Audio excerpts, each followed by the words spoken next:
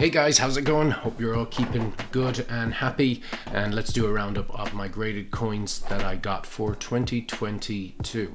Just before we begin, look at this little box here. I just picked this up on Amazon for €12. So if you're looking for one of these boxes that you can fit the coins in, it can hold the NGC ones and the PCGS all fine. Small little bit of wobble, but all in all, it's very, very good for that price. For $10, you could be doing a lot worse than picking up one of these. I think they're available on eBay as well. Let's get straight in here. The first couple I'm going to show you are fairly bog standard. What you would, nothing too crazy, nothing too rare. We got an MS67, 1967 penny. And I got the two of these in a deal. Got this other one. This is a little bit more rare, from the San Francisco Mint.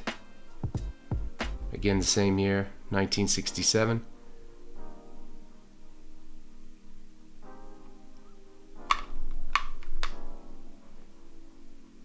I'm trying to think. There's a little nick. Yeah, just above the eyebrow there on that particular one. You can see it if I can get the light. If you look on top of the eyebrow, or right beside the eyebrow, I should say, you can see the nick there. Maybe if I zoom in a little closer. So that's kind of the only thing I can see wrong with that. But these two, kind of when you get something like that on a deal, I said I'd pick it up. And this kind of goes for the same of these two quarters. Nothing too special about either one of them. They're in good nick. 1967. MS67.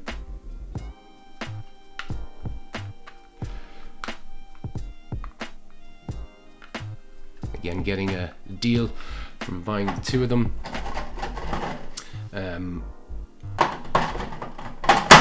Why not?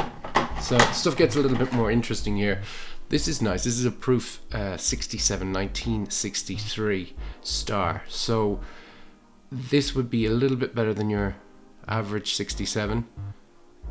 You can see above the 9 we got a little imperfection there. Other than that, it's very nice.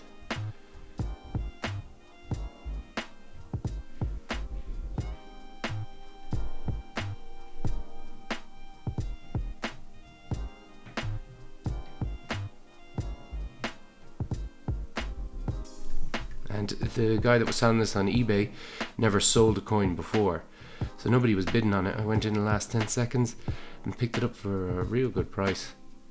And you know, when you buy from somebody on eBay that hasn't sold before, you are taking a bit of a risk.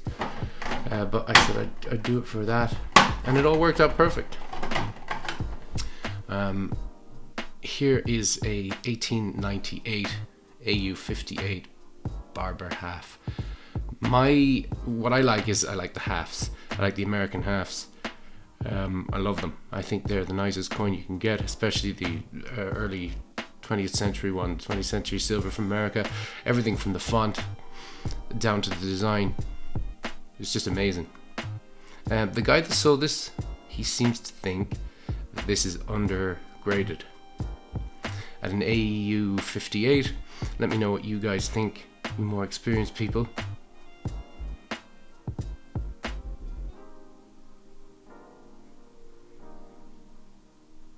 You can see a lot of bit of chatter there in the field, and then just here on the cheek, there's definitely a bit of wear on the eyebrow there.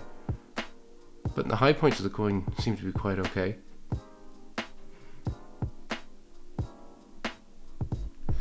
I'll have a look here.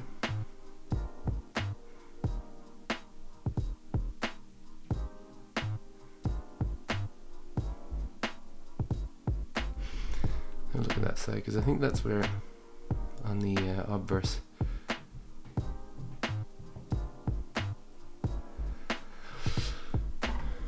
That is a pretty cool coin. This one is one of those that PCGS, after picking it up, I was bored one day and it was undervalued, so I picked it up. It's nice to have a 5 cents in good condition, but there's nothing special really about that. So this is what I bought early last year, so around this time last year, and this is the famous 2008 no date 20p. So this was accidentally released from the Royal Mint with no date on it, and I worked in London around 2009, and whenever I got free time I'd go straight to the tip jar and try and look for one of these, and was never successful. Managed to pick one up last year, Spink auction. This is MS63, and I don't think the coin is in that good of condition, but the fact that there's no date and it's rare, that's why I picked it up. Plus I always knew about it, so it's great to even have one. But if we look even close here, you see the bumps on the Queen's head. I don't understand how that could be MS63. I'm sure somebody can let me know down in the comments. But anyway, isn't that cool to have one of these sought after 20 pence? And I managed to get that last year. This is the first graded coin I ever bought. Very early last year. And this is Proof 70 Ultra Cameo. And it is perfect. This is top pop. The thing about that is, you know, this is in this year, no better grade for this coin. But that doesn't always mean that it's worth lots of money, because you could have something that is absolutely perfect in every way, but if nobody wants it, doesn't mean that it's, if nobody wants it, nobody wants it, so it's not worth anything. But I just think it's literally flawless.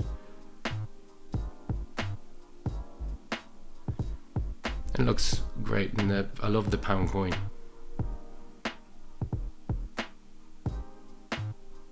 Very thick coin. Lovely. That was pretty cool. This is a very old coin from 1575, Kingdom of Naples. So you can see the collection as it stands now for the graded stuff. It's a bit scattered, it's a bit all over the place. That will, I think, kind of neaten up this year, because it's kind of like, you know, you pick out a few things that you think you'll like, and then you decide then what to get into after you purchase a few things. So I would say, when you're getting into something new, don't throw loads of money at it, because you don't know exactly what you're doing, and also you don't know in a year's time will you still enjoy it. But I do like the older coins. I think, like I said in one of the other videos, I like the older coins when they are a bit used, a bit bent up. This is a VF 35. You know, whose hands did this touch? What was it used for? All the way back in 1575. I think that's really, really cool. I love the way you see the top here. It doesn't match up perfectly. Just the way that it was stamped out. And you can see there's a lot of wear on the face. I've seen better examples, but I like that coin. Now this one is one I did a video on it. 1676 MS64 Brandsburg and Ansbach.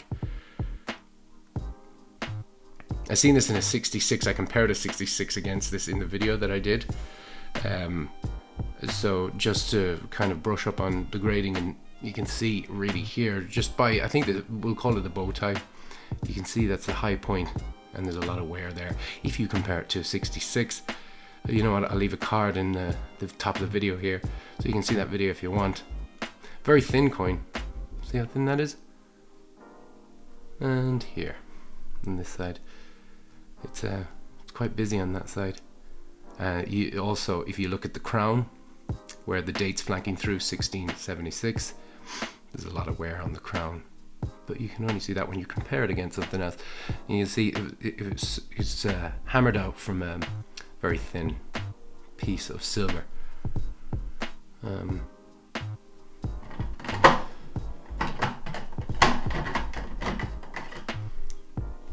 This is cool. So this is a Irish coin, first year of issue, 1928.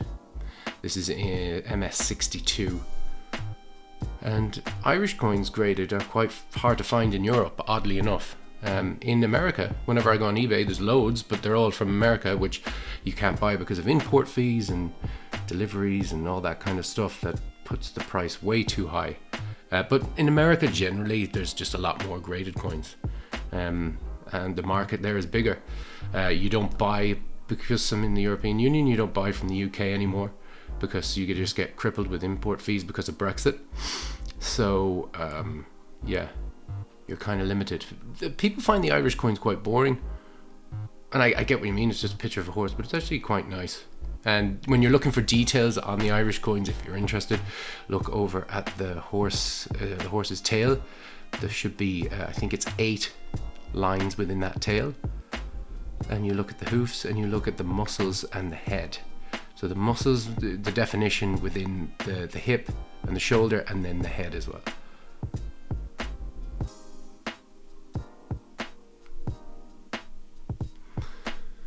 And neon, my favorite coin ever. This is the Walking Liberty, I think a lot of people's favorite coin. And this is 1939D, which is a little bit more rare, not crazy rare, but a little bit more rarer, in MS65 from PCGS.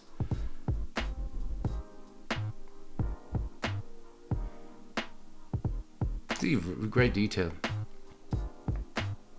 I love the early 20th century American designs.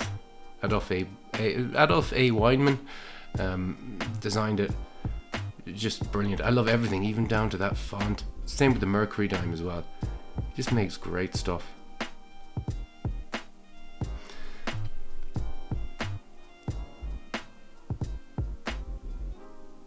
Hey, look at the font on that.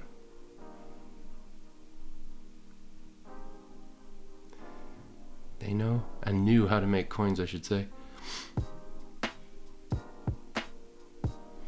Yeah, so that is my favorite coin design out of that I've ever seen.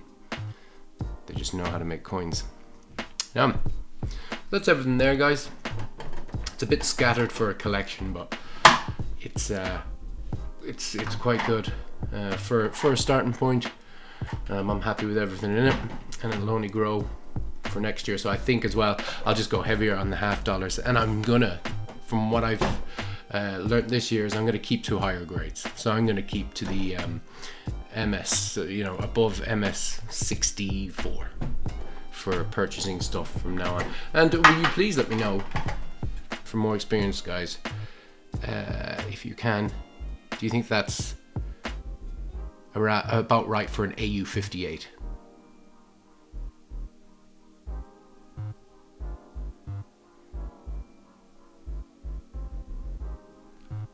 Let me know down in the comment section. Anyway, guys, that's it. I wish you all a very happy new year. And look, there'll be more videos to come. Don't be afraid to hit the like button. And comment and let me know what you think. Take it easy, guys. Have a good one. Bye-bye.